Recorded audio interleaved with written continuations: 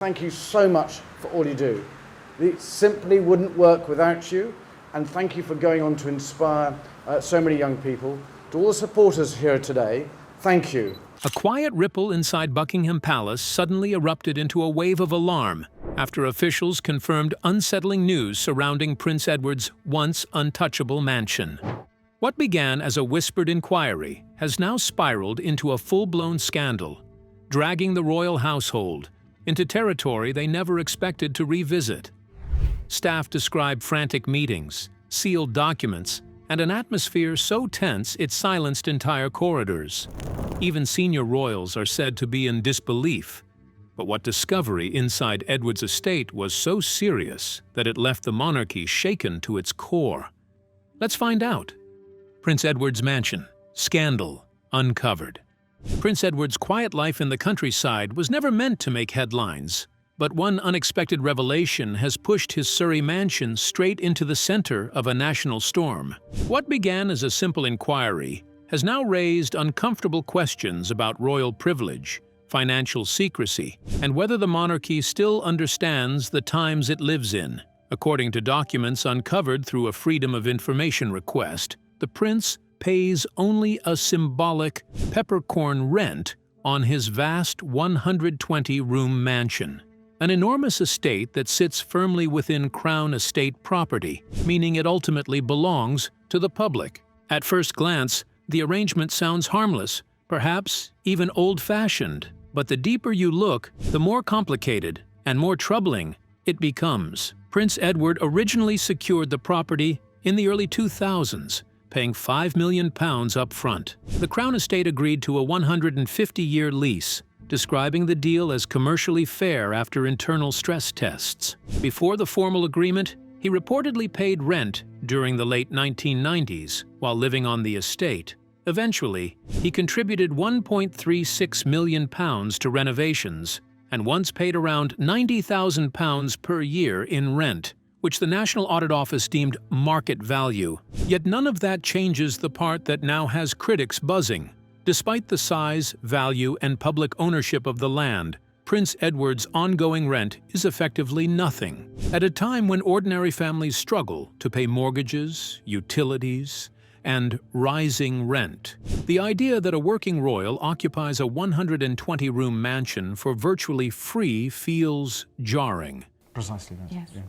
And I think having those times together in the summer allows those relationships. I mean, we're a lot more fortunate. And the public mood hasn't forgotten Prince Andrew's similarly cushy arrangement at Royal Lodge, which already damaged the monarchy's credibility. The optics could not be worse. Even though the Duke and Duchess of Edinburgh are considered hard-working, loyal members of the family, perception often outweighs intention. The problem isn't that the deal was illegal or even necessarily unethical.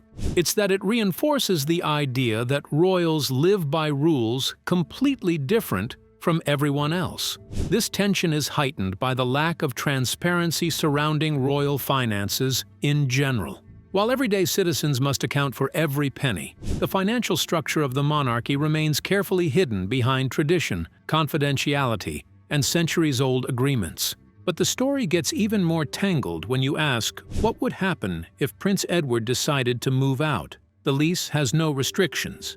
That means that, theoretically, he could sell the property, keep the profits, and walk away, despite it being property tied to the Crown estate. In other words, a private sale could lead to a private windfall, all from a house that ultimately belongs to the nation.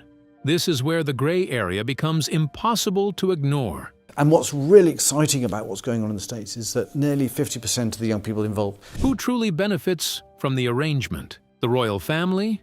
The Crown estate? The public? No one seems to have a straightforward answer, and that uncertainty alone has raised eyebrows. Even insiders acknowledge the optics are rough. With Sophie, Duchess of Edinburgh, herself a former PR professional, likely recognizing how damaging this looks, the pressure behind palace walls is growing.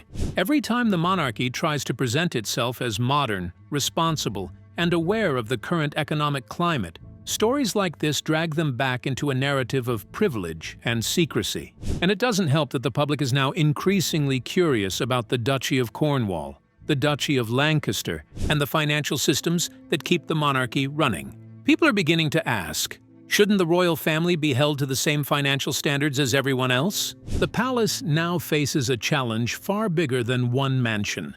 It must prove that its operations are fair, transparent, and aligned with the values of a struggling nation, something it has not always excelled at. Because, in today's world, image is everything. Perception shapes trust, and trust is the one currency the monarchy cannot afford to lose, which brings us to the next explosive layer. But what if that mistake wasn't accidental at all? Stay tuned, as the revelation will shock you. Shadowed finances behind palace walls. The debate over Prince Edward's mansion has opened a door that many within the establishment hoped would remain firmly shut. As morning discussions wrapped up, one point stood out above the rest. The royal family's financial world remains one of the last great mysteries in modern public life. While Rupert Bell signed off with his analysis, the spotlight quickly shifted to something far bigger than one mansion. An entire system built on secrecy, exemptions, and walls the public is rarely allowed to look behind. The Times highlighted a hard truth many have suspected for years. Transparency around royal finances is almost non-existent. Royal wills remain sealed. The private trusts used to fund royal activities, residences, and lifestyles are hidden from public view. Even correspondence between royal family members and public authorities is protected under special exemptions. When it comes to the King and the Prince of Wales, those protections are absolute. Any communication between them and official bodies is completely barred from disclosure, with no possibility of appeal. This didn't happen by accident. In recent years, government changes strengthened these exemptions. More often than not, the prisoners would be brought by river from Westminster, where they were tried, and crowds would gather on the riverbank and wait to find out the verdict. Tightening the information flow even further. As a result, attempts to uncover even basic financial details require long, strategic battles. That's exactly what the Times had to do. After persistent freedom of information requests, they finally obtained the data confirming Prince Edward's peppercorn rent agreement on Bagshot Park, the sprawling 120-room, 51-acre Surrey mansion he and the Duchess of Edinburgh have called home for 25 years. The numbers they uncovered tell a story the palace would never volunteer. In 2007, Prince Edward, through his company, paid £5 million up front for a 150-year lease on the property. Before that, he paid just £5,000 a year in rent until 1998, when it rose to £90,000, a price the National Audit Office later described as market value. He also contributed £1.36 million toward renovations, while the Crown Estate covered the remaining £3 million. On paper, each step might seem reasonable, but in reality, the lack of open records means the public has no clear way to understand the full financial relationship between the monarchy and the Crown Estate. There were lots of charities working with these kids, but there wasn't a framework in order to let them progress and improve. Without access to the figures behind the upkeep, maintenance costs, ownership arrangements, or internal agreements, people can only rely on what leaks out through whistleblowers, investigations, or hard-fought FOI requests. Even now, Crown Estate officials and Buckingham Palace have refused to comment on the story. Their silence does not make the questions go away. In fact, it strengthens them. Because the more tightly information is guarded, the more the public begins to wonder what else is hidden behind the palace gates. In the studio, political figures like former Education Secretary Gillian Keegan and commentator Sonia Soda could only react to what was already known. Their discussions reflected a growing sentiment across the country. Bagshot Park is no longer just a mansion. It is now a symbol of the royal family's larger transparency problem, a reminder that while the monarchy remains a central part of national identity, its financial operations operate in the shadows. And as those shadows grow longer, so does the pressure for answers. So what do specialists uncover when they dig into a system designed to hide itself? Keep watching to find. Prince Edward's mansion controversy. In recent days, a new debate has taken hold. one that reaches far beyond Prince Edward himself and cuts into the heart of what the monarchy represents in 2025. It began with a simple but uncomfortable question. Is it still acceptable for a working royal to live in a 120-room mansion, especially when the Crown estate had other profitable uses for the property? The idea of turning it into a luxury hotel or a state-of-the-art conference center wasn't just thrown around casually. It came from people who believed the estate could have served the public more directly, bringing in real revenue at a time when every penny counts. Yet the conversation becomes far more complex when supporters of Prince Edward and Sophie step forward. Many argue that the couple has earned their place and their privileges. After all, between them, they completed more than 500 royal duties in a single year. Appearances, visits, charity functions, and ceremonial responsibilities that keep the monarchy visible and functioning. And for a slightly overwhelming day for now my wife and Duchess. Edward alone reportedly handled over 300 assignments, nearly one for every day of the year, a workload demanding strength, discipline, and constant travel. To some, these numbers reflect dedication that justifies their living arrangements, no matter how large or symbolic those surroundings may be. They say that for 25 years, Edward and Sophie have called this estate home. And while no one needs 120 bedrooms, nor would anyone want to clean them, the property is more than a house. It's a working base, a venue for hosting dignitaries, a place where centuries-old royal duties continue to unfold. Supporters point to the monarchy's global influence, the coronation, watched by billions, royal events that capture the world's attention, and the unmatched spectacle of British tradition. According to them, the royal family is not merely ceremonial. The Governor-General, Your Excellency, and the Prime Minister for your invitation to come and join you today in what is evidently... They are a powerful symbol, a cultural export, a magnet that draws millions of tourists and billions in international interest. In that sense, they insist the royals are worth their weight in gold. But not everyone agrees. Others, like journalist and commentator Sonia Soda, believe the core issue isn't about Edward's work ethic or his dedication. Instead, it revolves around something much more sensitive: transparency. For years, critics have questioned how royal finances are handled, especially when properties on Crown land involve arrangements that appear unusually generous. Yes, Edward now pays more than he once did for the estate, but is it truly reflective of the property's value? And does the public understand the full picture? Many feel the answer is unclear. Then there's the question of size. Even the monarchy's defenders can't deny that no modern family needs a residence of such scale. At a time when King Charles has openly spoken about wanting to slim down the monarchy, the optics of massive estates raise eyebrows. As Prince of Wales, Charles repeatedly emphasized his vision of a tighter, more focused royal family, one with fewer dependence on public funds and fewer sprawling residences. Critics say Edward's arrangement goes against that direction. It creates the impression of outdated privilege at a time when ordinary people face real economic pressures. And so, the conversation grows louder. Should the monarchy still hold on to such vast private spaces, especially when taxpayers might be subsidizing parts of it? Does tradition justify everything? Or does modernization require harder choices that might make longtime royal supporters uncomfortable? These aren't just passing questions.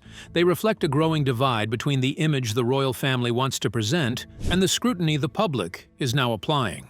One side praises dedication. The other demands accountability. One side sees heritage. The other sees imbalance. Yet through all of this tension, one thing becomes clear. The truth about Prince Edward's mansion is only the beginning of something deeper, something the palace itself may no longer be able to ignore, because behind every headline and every perfectly polished announcement sits a quiet tension that grows heavier with each passing day. Buckingham Palace's silence hangs like a warning. Does it signal a hidden admission? Or is something far more disturbing preparing to break through? Keep watching. Why Prince Edward's mansion Lease has royals and public in shock. The drama surrounding Prince Edward's Surrey mansion, Bagshot Park, has taken yet another turn, leaving the royal world and the public alike In stunned disbelief, while many eyes have been on the palace for updates, one fact has become painfully clear. The lack of public commentary or clear disclosure from the Crown Estate or Buckingham Palace regarding the current lease terms has only deepened suspicion and sparked endless speculation. Bagshot Park isn't just any home. This 51-acre estate, with its 120-room mansion, symbolizes royal privilege.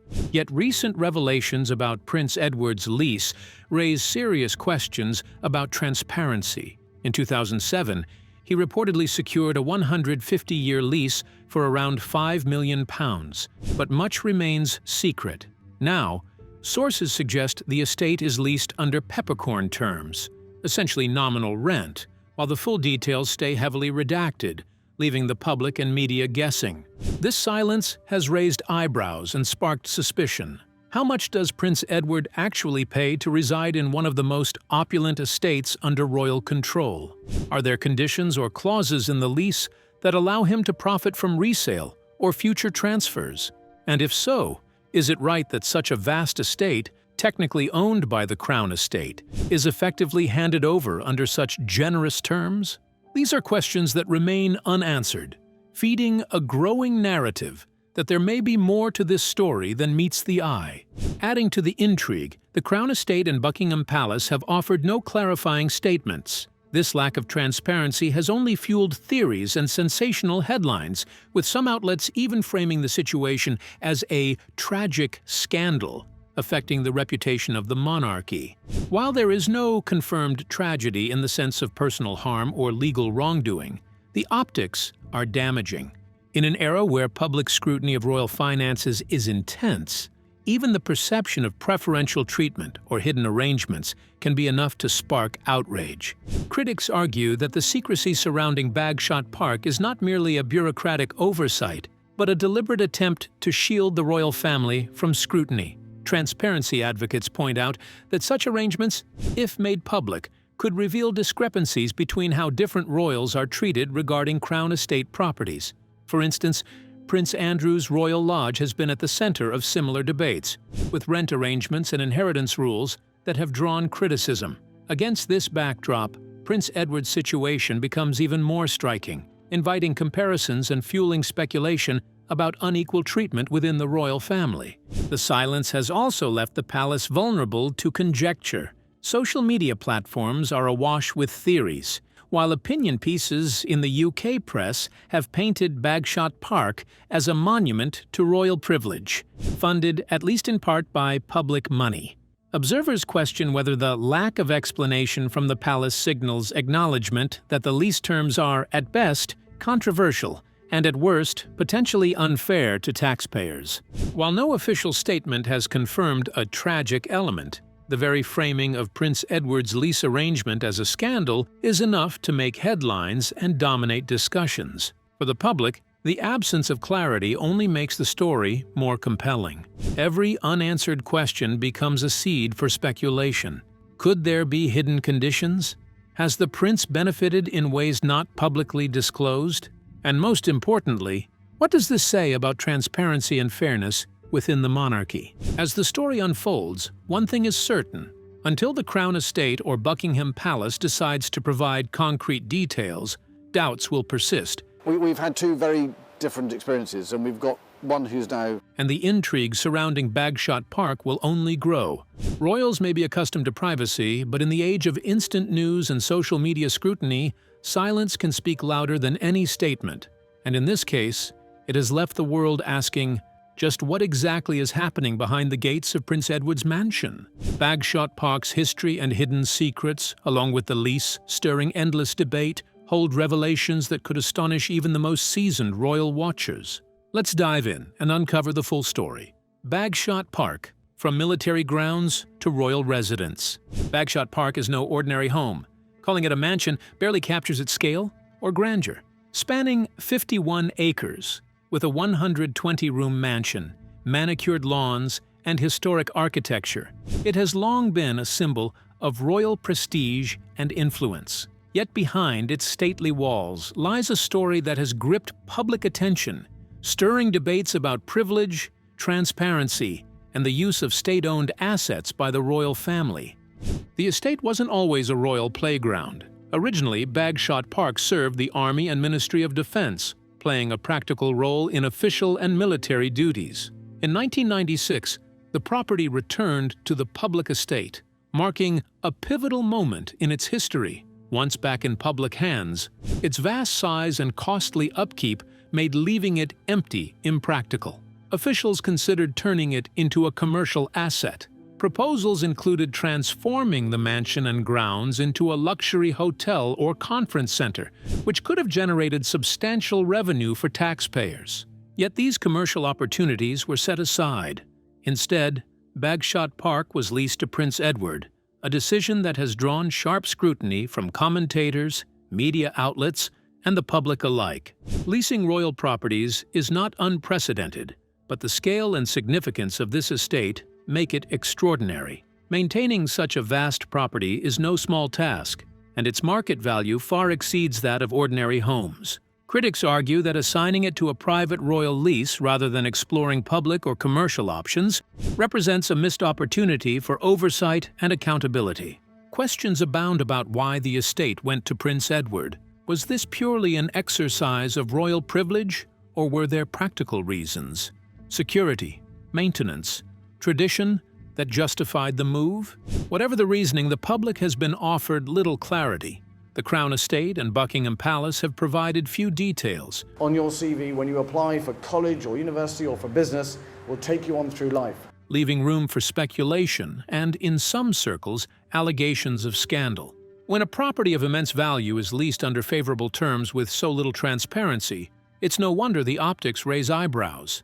Beyond finances, Bagshot Park carries historical weight. Its shift from military property to royal residence highlights the delicate balance between public ownership, royal tradition, and national heritage. The estate's grandeur is undeniable, but so is the public's stake in understanding how national assets are allocated.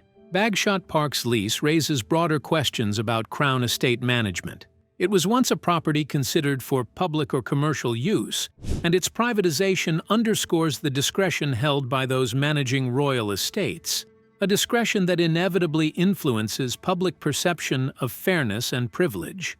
Some critics have noted that had Bagshot Park been commercially developed, it could have generated millions in revenue for the public. Instead, it remains largely hidden from view, its value enjoyed privately. The estate, therefore, is more than a residence. It is a symbol of royal history, privilege, and the ongoing tension between private enjoyment and public responsibility. Now the public has spoken, and their reaction is more intense than anyone anticipated. Could the outrage reach even greater heights? Stay with us. The next twist is intrigue. Public outcry and royal privilege. The revelations about Prince Edward's lease of Bagshot Park have ignited a storm of public reaction, with commentators, politicians, and media outlets scrambling to weigh in.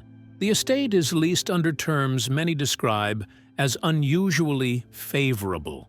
Almost immediately after the news broke, social media erupted.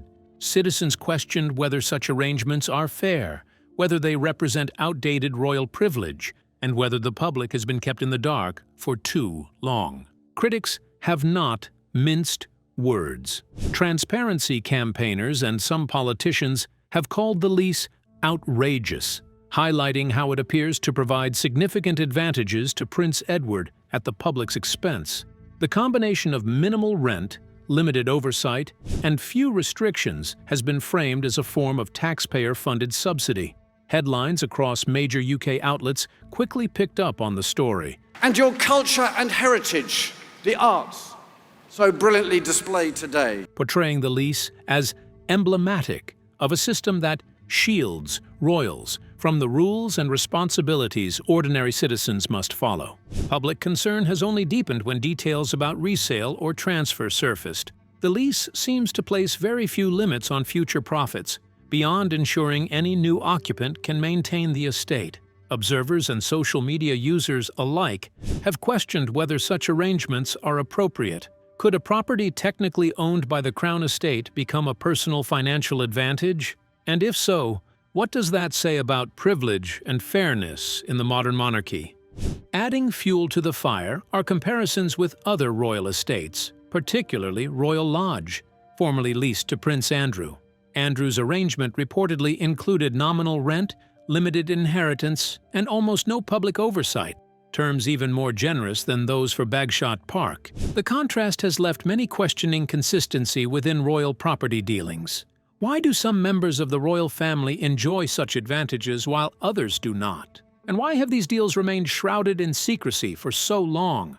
Across television panels, newspaper columns, and online forums, commentators have suggested the controversy feeds a broader narrative, that the royal family enjoys privileges largely hidden from public scrutiny. Calls for transparency are growing louder, with many demanding that the Crown Estate publish full details of such leases to ensure accountability. The discussion is no longer just about where royals live. It has become a debate about equity, fairness, and the public's right to understand how national assets are managed.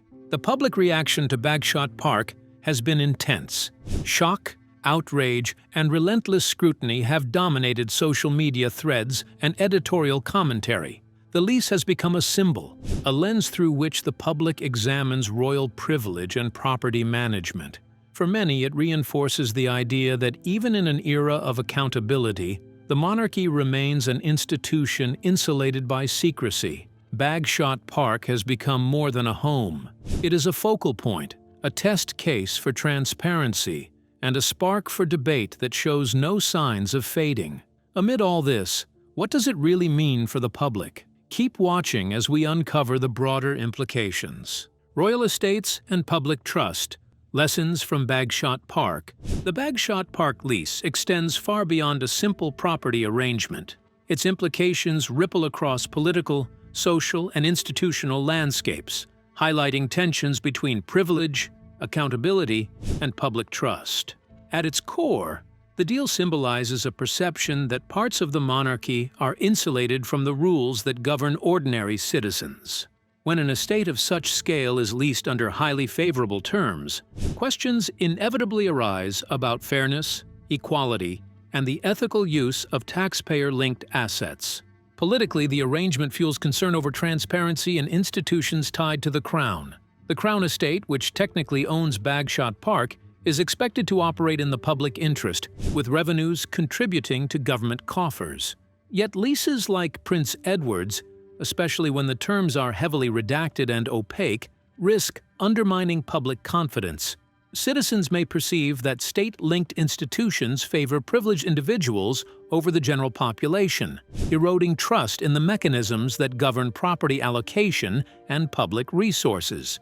Institutionally, the deal sets a precedent with wide-reaching consequences. If favorable terms for royals are seen as standard, it could prompt scrutiny of other Crown Estate properties, and even the broader operations of state oversight bodies. The lack of clear disclosure or accountability around these arrangements magnifies the issue, suggesting that decisions affecting valuable assets can be made with minimal public oversight. For policymakers, transparency advocates, and auditors, such revelations reinforce the need to re-examine how high-profile leases are structured and monitored to prevent perceptions of misuse or favoritism. For the monarchy itself, the implications are particularly sensitive. Public exposure of advantageous deals, especially during periods of economic strain or austerity, can inflict reputational damage. While the royal family has long relied on tradition and discretion, contemporary expectations demand openness and accountability. Controversies like Bagshot Park risk amplifying criticism that the monarchy benefits disproportionately from public resources, potentially prompting calls for reform or a re-evaluation of which properties should remain under royal occupation. The estate's lease becomes more than a financial arrangement. It evolves into a symbolic touchstone for debates over privilege, equity, and modern monarchy. From the perspective of media and public discourse, the deal underscores the crucial role of transparency and reporting. Clear records, unredacted lease terms, and accessible financial reporting are necessary not only for public understanding, but also for maintaining institutional integrity. When state-owned properties are involved, particularly those linked to powerful individuals, accountability is not optional.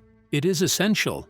Bagshot Park illustrates how opaque arrangements can fuel speculation, distrust, and critical debate, regardless of whether any wrongdoing has occurred. Ultimately, the implications of Bagshot Park's lease stretch well beyond its physical gates. They touch on the relationship between the monarchy and the public, the credibility of institutions such as the Crown Estate, and perceptions of fairness in a society increasingly attuned to inequality. The arrangement serves as a cautionary example. Even a prestigious estate, wrapped in tradition and privilege, cannot escape scrutiny. In the age of information and public oversight, every royal deal carries consequences for the Crown, the institutions that support it, and the trust of the people it serves. But this scandal is far from over. Could there be more hidden deals lurking behind palace walls? We would love to hear your thoughts in the comments. Don't forget to like and subscribe.